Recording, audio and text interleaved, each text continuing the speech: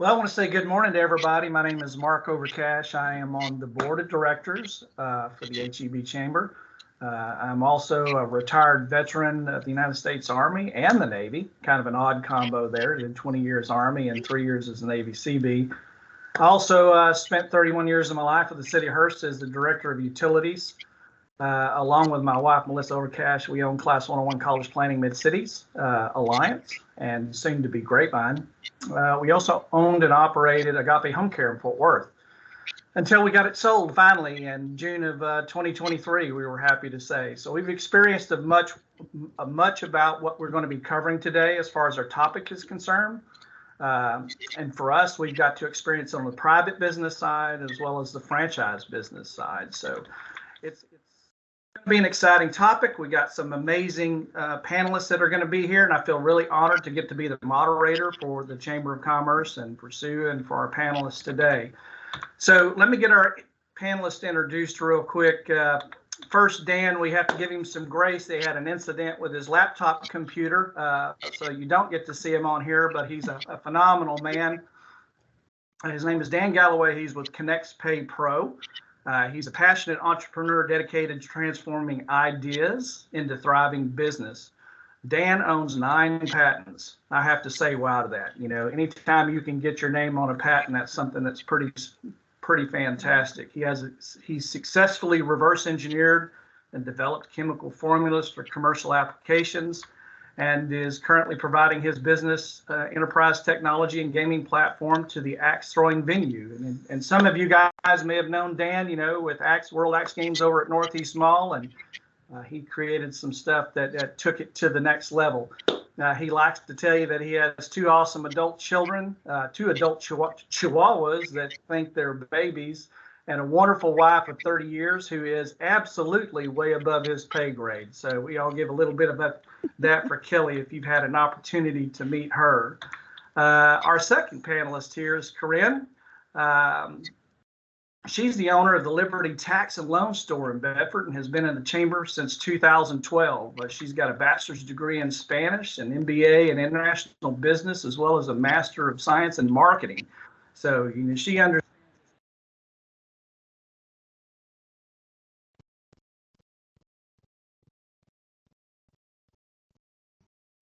Corinne has worked in the United States, Europe, and the Caribbean. Oh, something Mark, just happened, Mark. Yeah, your audio went out a little bit, Mark. Like, I think it might have switched maybe audio input or something.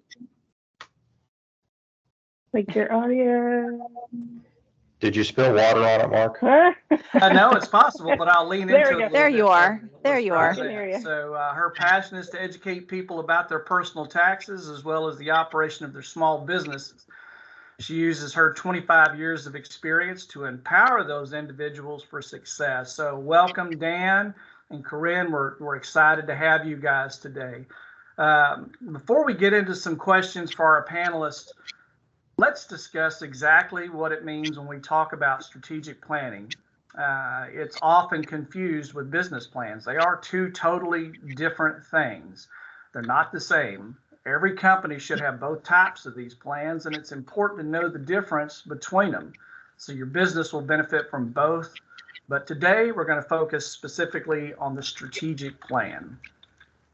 A strategic plan assesses the current environment of a business, both intentionally and externally. It establishes future goals and targets and describes the strategies it will implement to reach them.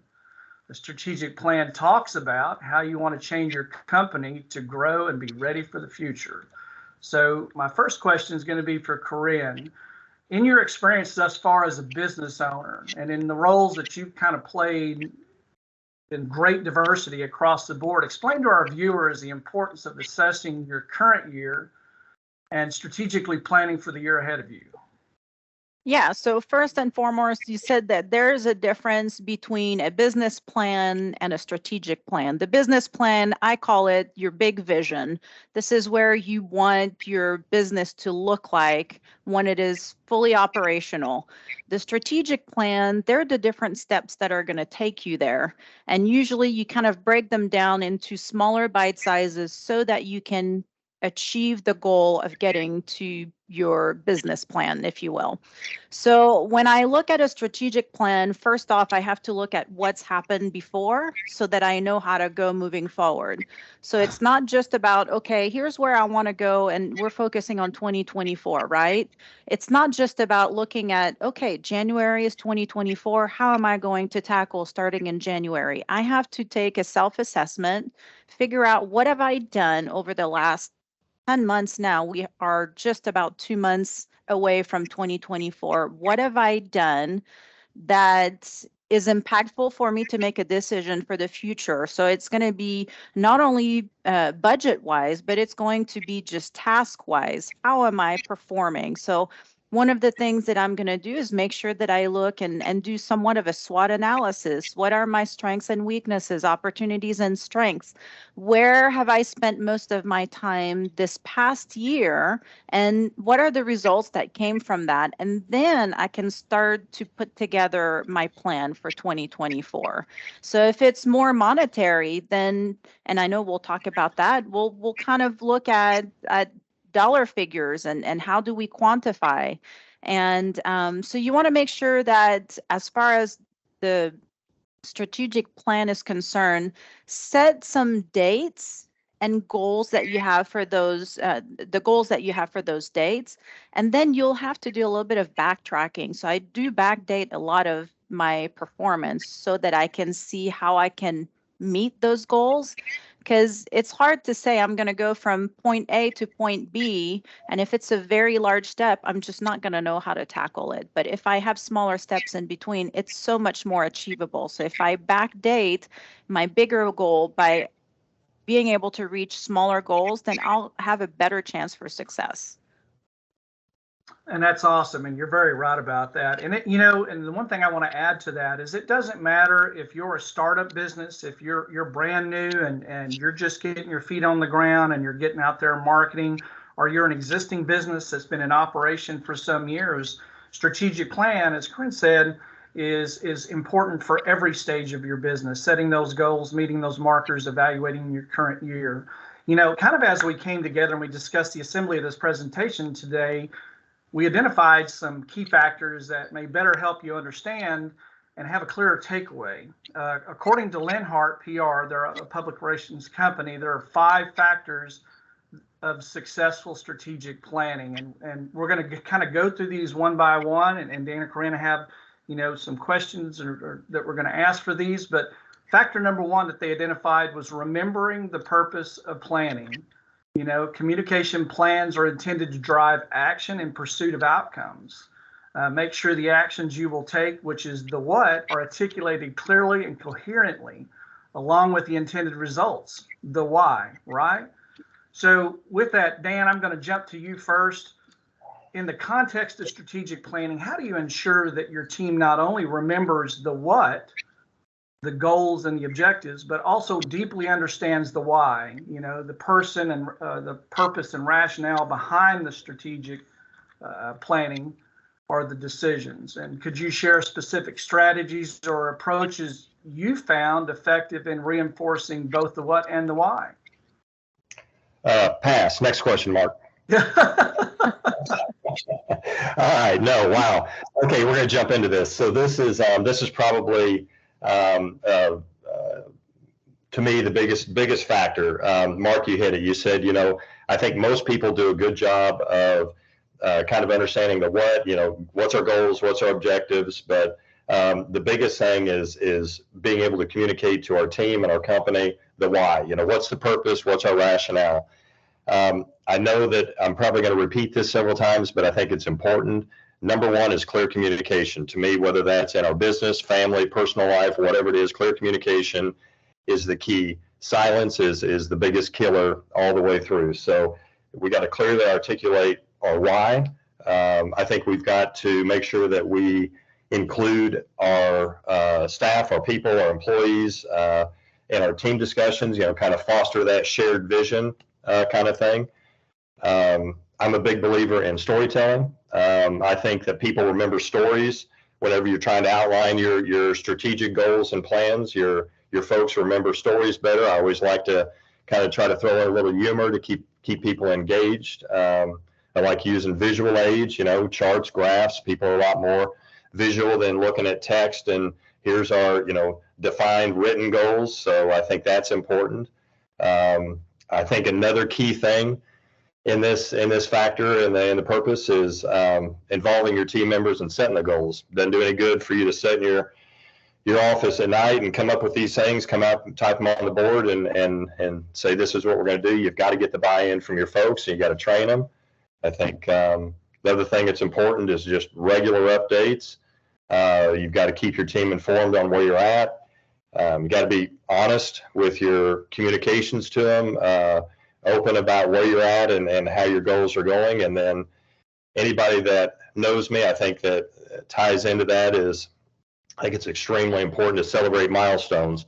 Folks that know me, I love to high five, give big hugs, just that support there to your folks on when you do hit your milestones.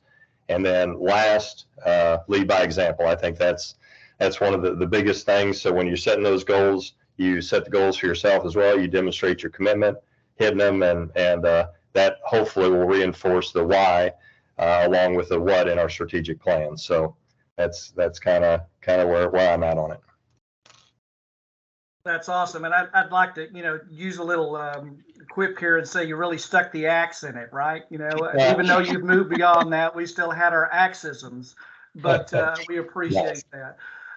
The number 2 factor, really, use facts and data. You just can't wing a lot of this stuff out there. Like Corinne was talking about, seeing what you've done in the past, measuring what that is. She goes back to some of that information, uses that information to move the forward. What was successful here? What wasn't successful there? But facts and data, the information should shape your process and be a reference in your plan. This may include data on your business performance, competitive landscapes, market valuation, audience attitudes, or other factors unique to your business or situation. Business leaders like data. Okay, it really is about the data, not for data's sake, but to be sure that the plans are grounded in reality. I had an example, as Corinne and I were talking earlier. My first strategic plan for Class 101, we jumped out, was a little bit out of reality, but I got quickly put back into check second year and was able to make a better strategic plan moving forward for the future. And I hit that plan and was able to actually exceed. So, understanding that it has to be grounded in reality is a key factor there. So, Corinne, could you elaborate on the significance of using facts and data in strategic planning? Yeah, absolutely. And I'll piggyback on what you said, that the first year for your business, you kind of went and hit the ground running, but may not quite have had a direction. I call my husband. My husband is not technically part of our business, but he's obviously very involved in knowing what goes on. And he's the dreamer. So I call him my kite and I'm the string. So I'm the one that makes sure that processes are in place, that details are there, and I don't let him go too far out there because, yeah, I'd like to be out there in the clouds, but that doesn't always mean that we're going to get there if we don't have a strategy to get there. So I'll have to say the fact that I'm in the tax business right now primarily, right? And in my industry, we do have a lot of data that we can pull from. We can pull data from our competitors. We can know what their productivity has been, or more importantly, what their output of tax returns has been. So for us, and because I'm part of a franchise, I have a rich amount of data that I can pull. I can pull data by year to date. So I know exactly, for example, if I'm looking at tax return and the performance of our store, I can look year to date and compare year to date last year. Did I start the same amount of tax returns? Did I complete the same amount of tax returns? Did we have a closure rate that's higher or lower than the previous year?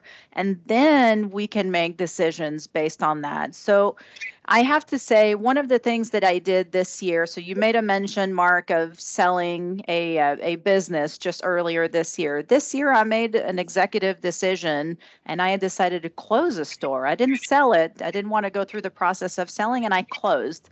And I decided to go from 2 stores to 1 store. And part of it was very much strategic in being able to pull my resources together to make sure that I had better teamwork with the current staff that I had so that we could have a better performance overall. And I have to say, we've done really well this year. We've been better focused. We've had less distraction, less expenses. It has a cost that comes into play because you lose maybe a little bit of what you had from the income of the one store, and now you have to depend on just one instead of multiple locations. But for us, it was a very important decision to make. Sometimes you have to take a step back to move forward, and we really felt like that was the case for us. So data, not only am I looking at performance over last year, I'm very much going to be looking in 2024 to see what are my numbers looking like, because I won't necessarily be able to compare apples to apples coming into 2024. So I'll have to shift a little bit how I'm going to look at our key performance indicators when 2024 rolls around so that we're able to see if we're on target. And there's just certain parts of our operation that's just going to be different from prior years that we're going to have to start and set up kind of the way that we're going to want to track them, because it's not necessarily an area that we have so many reports that we can look for. So with the listeners that are on or the viewers that are on today, you know, if they're building their business, can you give an example of how you ensure that the information gathered shapes the strategic process effectively? And could you maybe provide an experience of where that data-driven insight influenced the decision? Oh, absolutely. So because, like I said, I have some pretty strong data that we can pull from, I have been able to take a look at our year-to-date, our performance, and then make a shift and start to communicate to our staff. If we're sliding in a certain area where we're not performing the way that we were expecting to perform, or we're not meeting the performance of a prior year, we have been able to shift and then go over very specific tasks at that point so that we can realign our focus and make sure that we are hitting our key numbers that we're wanting to hit. In my industry, because we are very seasonal, if I'm down, internet is down for one day, it's as if it's down for 4 days in a different business, in a different industry, because of the seasonality. So there's a lot at stake. If we are not careful and we don't track day to day, it's a lot easier to take a very big step back and slide back because of our seasonality. And not everybody that's watching this webinar or that will do the review later is going to be in the same scenario. So some industries, we are very seasonal, and there's others that you're pretty consistent throughout the year. And then what are you doing to make sure that you know how to quantify, and what are you quantifying? Awesome. Thank you for that. And I can relate to seasonality. You know, as a college planner, it's crunch time for us, August 1 through December. And if the Common App goes down or we lose internet, you know, that could be chaos. You know, a few minutes for us, like you said, could be days in regards to keeping caught up. Dan, quick to you, kind of on that same factor. How do you strike a balance between relying on data and incorporating qualitative insights, such as understanding audience attitudes in your strategic planning process? So I guess to me, Mark, it's kind of circular. So to achieve that balance, I think, again, it's a little redundant, but you got to define clear objectives. That starts with the data. So you start there. That gives you your baseline, right? So you kind of know where you're at. And then you incorporate your qualitative factors. Customer feedback, extremely important. Discussion with the folks you sell to, which gives you that context and depth, and then you make your adjustments from that. I say it's circular. It's really an iterative process. That's what you got to realize, that after the initial data collection and the analysis, then you're going to kind of monitor, look at your feedback loops. You got to incorporate that feedback in your customer discussions. Those insights, and then you keep adjusting based on that new data that comes in. So it's never stagnant. You've always got to listen, adjust. Doesn't mean that you're flying by the seat of your pants, but if you don't listen to that feedback, that qualitative side, you can do all the defining data you want, and you're not going to make it. So that's kind of my position on that. Awesome, thank you. And it's a lot of information. Again, and these will be cut out. Lindsay and these guys do a great job at the chamber to break these out for you guys. So if it's something you have to go back to and get bits and pieces of it, they'll have that set up for you. But it's all extremely important. Again, like we said, whether you're starting a business, it's your first year, it's your second year, it's your 10th year, it doesn't matter. Strategic planning is extremely valuable in the success of your business. So we're going to jump into factor number 3, and that's kind of tie your plan to specific business objectives. Is your goal to improve awareness or your reputation? The why? For what purpose? Business goals might include capturing market share, boosting your stock price, securing a needed permit, reducing the risk of adverse regulatory outcomes, or launching a new product successfully to meet your sales goals. Whatever they are, the business objectives driving your communications plans should be articulated clearly. So I'm going to defer back to Corinne and say, could you share an example from your experience where a communication plan was effectively tied to a specific business objective? Yeah, so I will say, and kind of piggying back off of what Dan said earlier, that silence is a killer. I was not always the best at communicating with my staff. I've learned over the years what are certain things that I can do to improve the communication that we have with each other. And one of the things that I started to do when we are in the very thick and busy part of our season, I will record a message to my staff that goes out once a week. And then I will also send emails for communication's sake, just to make sure that everybody is on the same page. Are we reaching the same goals? What are our goals?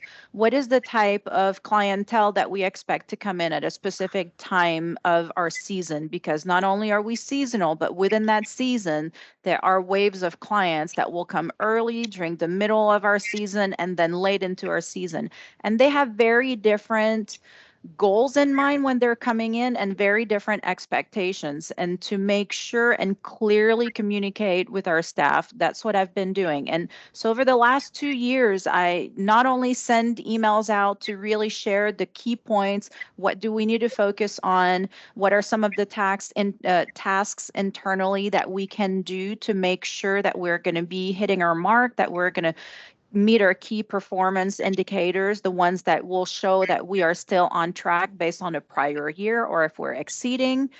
All of that is kind of spelled out. And if I feel like we need to even take a step back as a staff, we'll even take a step back together and we'll say, let's convene, let's come together. And it was harder when I had multiple stores. And it's a lot easier now. So we're going to change things just a little bit this coming year for us. But it's great to take the staff, especially for us being very seasonal, and then we kind of hit the ground running from day one, and it doesn't seem to really let up until April 15th or sometimes later on. And we just want to make sure that there is, just like Dan said, that there's good morale, because when you are sprinting and you're sprinting for a really, really long time, people get tired. And you really have to give the pat on the back. You have to give that, coffee, gift card to an employee, or celebrate a birthday or something like that, that really allows them to know that they are being respected and they're valued, especially when we have to put extra effort. Because I'm seasonal, I have staff that come back every year, and I have other staff that works with me all year. So how do we bring those two together? How do we prepare for the season ahead? So even for us now, we're going to have a couple of meetings ahead of the season starting, not only to get everybody back together and then have the one-on-one experience, but also to start discussing what our goals are going to be. So we're going to do our first verbalizing of what we want this next season to be for us as a seasonal business. Awesome. That almost kind of covers my next questions, because You've talked about a couple of different ways that you articulate clearly to them. You do video messages to them, and even with seasonal staff, what the expectations are. And so kind of setting that up, how does that guide your planning process in your strategic plan moving into the next year? How does that guide my strategic process? This year, I'll tell you, I've not quite spent too much time thinking about how 2024 is going to be. I'm still like on the heels of finishing extensions, and I'm in the catch-up phase, and I feel like I'm already behind the 8 ball because tax season starts in 2.5 months, right? But there's an opportunity for me, again, take a step back. Let's take a look. What do I want to achieve? And how are we going to make this happen? So how do I guide my planning process? Again, I'm going to look at last year, but I'm going to tweak a little bit, knowing that I went from 2 locations to 1 location. And how can I be intentional? So my goal this year that I already know, I haven't quite mapped it all out, but what I know for sure is I want to be even more intentional about how I interact with my staff, knowing that everybody will be in the same location, but they're not always going to be interacting with each other. There are some, they might be coming more on the weekends and pull weekend hours, versus others are going to be there during the daytime, during the week, and they may not have as much interaction. So making sure that they have a way of having good communication with each other. That's definitely a goal of mine as I'm planning and already kind of thinking for 2024. And then how to make sure that not only are they communicating with each other, but that they feel like they are a close-knit family that are working for the same goal. Awesome. And, if for our viewers today, you're going to hear some of these things repeated a couple of times, but there's good purpose to it because it all comes together, when we start to talk about goals. And that's our 4th factor, setting verifiable goals. To keep implementation on track and demonstrate performance, plans should be based on verifiable goals. We have the dreamers. I'm one of those. I like to set expectation high, but verifiable goals. At the most tactical level, goals can be pragmatic. Did we do what we said we were going to do? They can be based on outputs. How many earned media impressions, social engagements, consumer employee touch points. More strategically, goals can be based on outcomes. Did we change perceptions, secure the permit, achieve the sales goal, or get the funding that we were trying to get? So verifiable goals also need to be a basis for comparison. How did our performance compare with our plan, or with our competitors, or with last year, as we've said several times, or with industry benchmarks? So Dan, I'm going to shoot this over to you. Can you share some insights from your experience on how to effectively establish and track these goals, at various levels, from tactical to strategic? Sure. So I've had, over 35 years, I've had companies of 2 people, companies of 50 plus people. And to me, whether you're big or small, I think the process is pretty much the same. And that's make sure your goals are SMART. So old Six Sigma reference there. SMART is specific, measurable, achievable, relevant, and time bound. So if you're not setting your strategy up following those things, it's going to be real tough to achieve them. So specific, measurable, achievable, relevant, and time bound. And then you've got to develop an action plan to be able to reach each of those objectives. So many times, again, we've got that big whiteboard, we put it on there and it looks great, and then we don't do anything tactical to reach it. So we've got to develop that action plan. I think another thing that's important in being able to hit that is regular review and monitoring. Again, once we get started, too many people have got a great out of the gate, and then they don't review, they don't monitor. And what does that lead to? Adjustment, adaptation. Again, yes, this kind of trickles back to past questions, but you got to be able to adjust and adapt, and then bring that back in, reassess, and then hit it your SMART strategy again. So to me, that's the most important factors. Awesome. So lastly, could you provide an example maybe of how measuring against verifiable goals influenced a strategic decision, or it led to a valuable insight for your organization? And especially you've had some change. So, we've got to see you take one process and create another out of it and move forward. So can you give us an example of how that, influenced a strategic decision? Sure. Probably the clearest one and the easiest ones to find, which, you got a few, but software sales increase. So the technology that we have over in the axe throwing, that platform is actually a standard point of sale system. So with the software, with the locations out on the East Coast that was in, we had a strategic goal to increase our market share in the restaurant market by 25% over a year. So we tracked the data. Early warning signs came out that we were falling behind. So that kind of prompted us to look at what's the factors contributing to this slower growth. The software itself, the point of sale, is an elite software, so there should be no reason we're falling behind. So first we did a competitor analysis, looked at the other big name companies, dug deeper, kind of learned what they were doing, and learned that they were highly subsidizing hardware in order to hook and attract new customers. So we went to customers, back to a previous answer. We got customer feedback. We collected that qualitative data from them. We found that they actually did like that approach, where they wanted the hardware bundled together with a complete package of receipt printing, barcode scanning, cash drawers, the whole thing. Repackaged our hardware, didn't change the software at all, just packaged it with proprietary hardware, and our sales grew by over 40% over that next year. So I think that's a good example of being able to evaluate, reach out, competitor analysis, customer feedback, make the adjustment, and that was the results. And that's awesome. And I love to say that as a new networker and a member of the HEB Chamber, we've had the pleasure of getting to watch Dan, transform Axe Games and all of that into the business platform that he's in now for him and his family. And we're super excited about that for you. So we're going to move that right over to the fifth and final factor, which is building in accountability. Okay.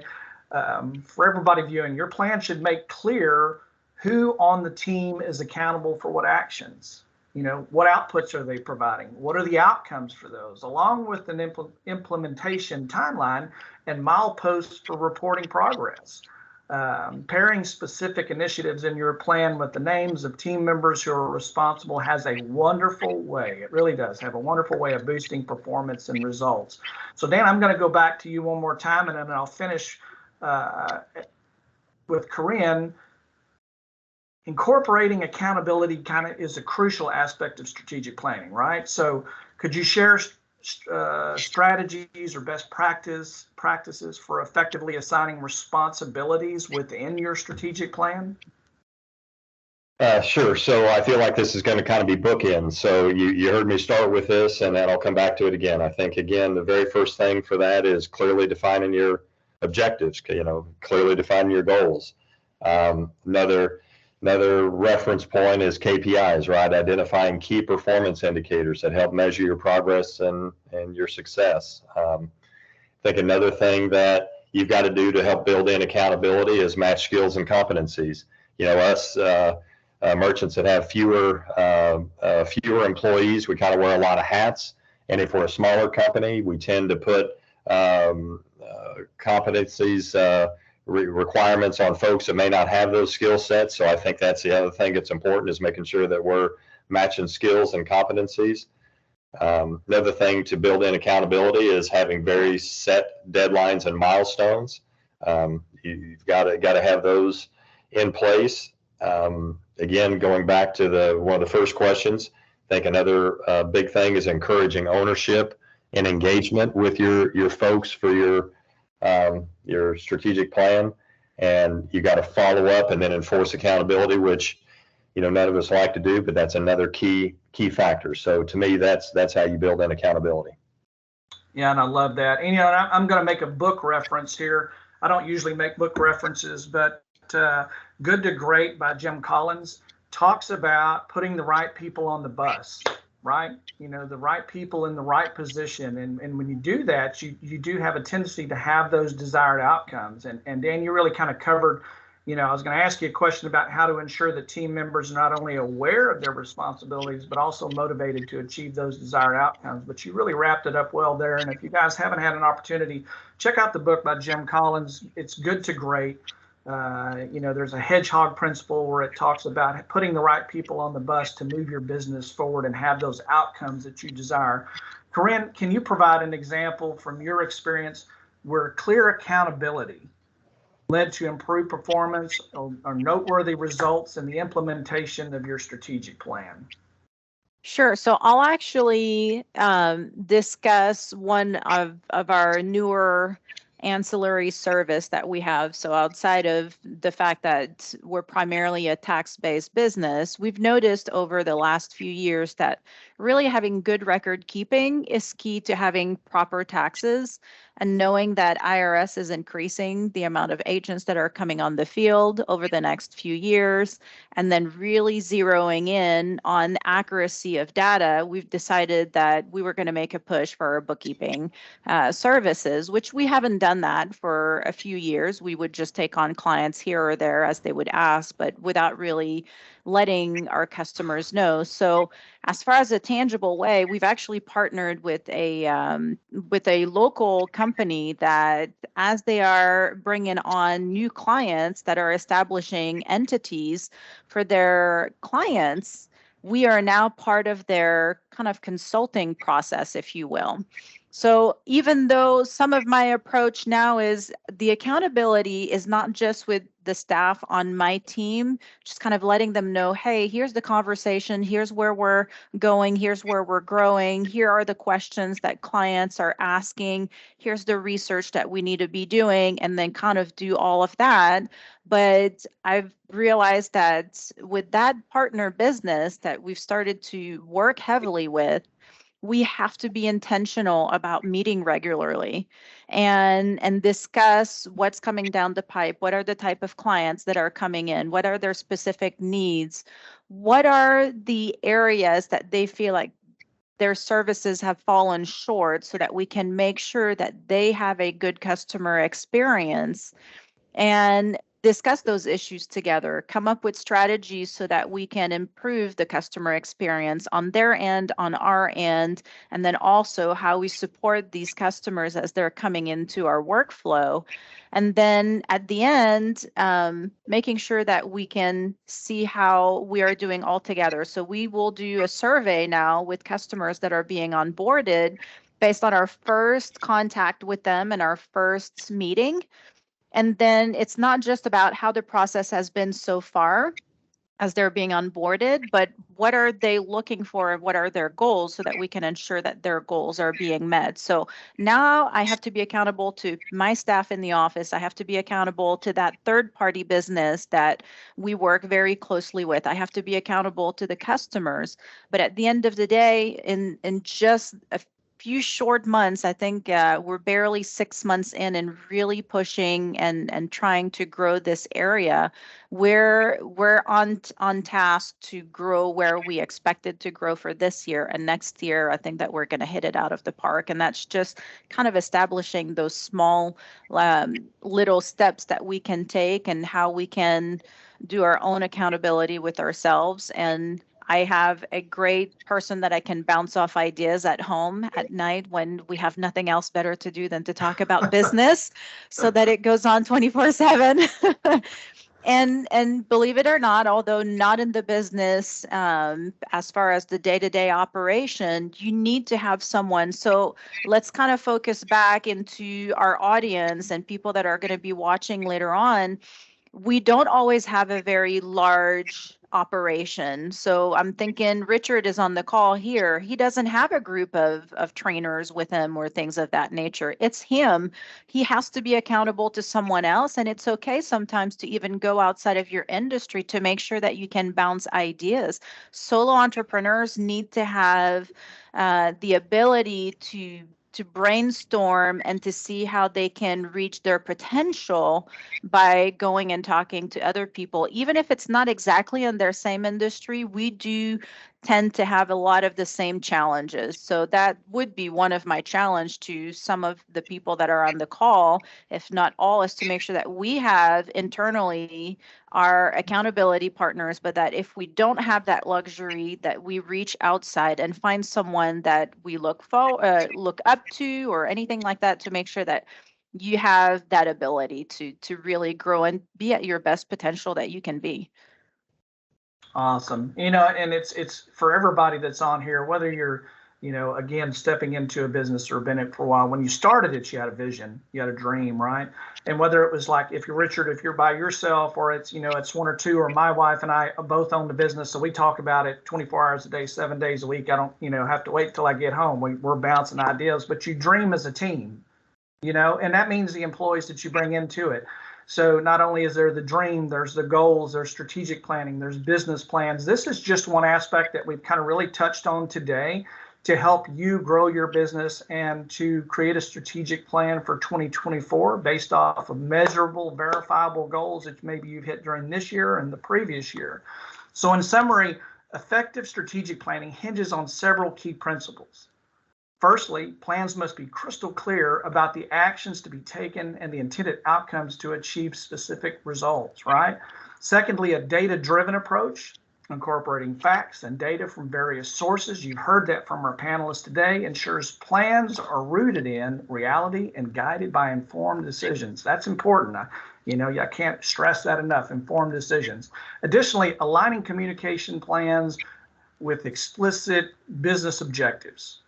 We all have the objective to grow our business, to be better at our business, be it enhancing awareness, capturing market share, or achieving sales goals. It's vital. Measurable. Measurable is key, whether related to actions, outputs, or outcomes. Should be established, compared against plans, competitors, industry standards. And lastly, clear accountability. We talked about that, being accountable, and implementation strategies, detailing responsibilities, timelines, milestones are all essential to boost performance and achieve our desired results. We want to reach out to Dan in Minnesota and to Corinne. You guys have been fabulous. We want to say thank you for being amazing panelists, volunteering to do this, Sue for putting this together, Lindsay for hosting it and getting us online, and for everybody that came in here today. This is just that one small piece of information that will help you work on your business and make that business better and give you better opportunities in the future. So we thank you guys for being on today, and y'all have a blessed week and a blessed weekend.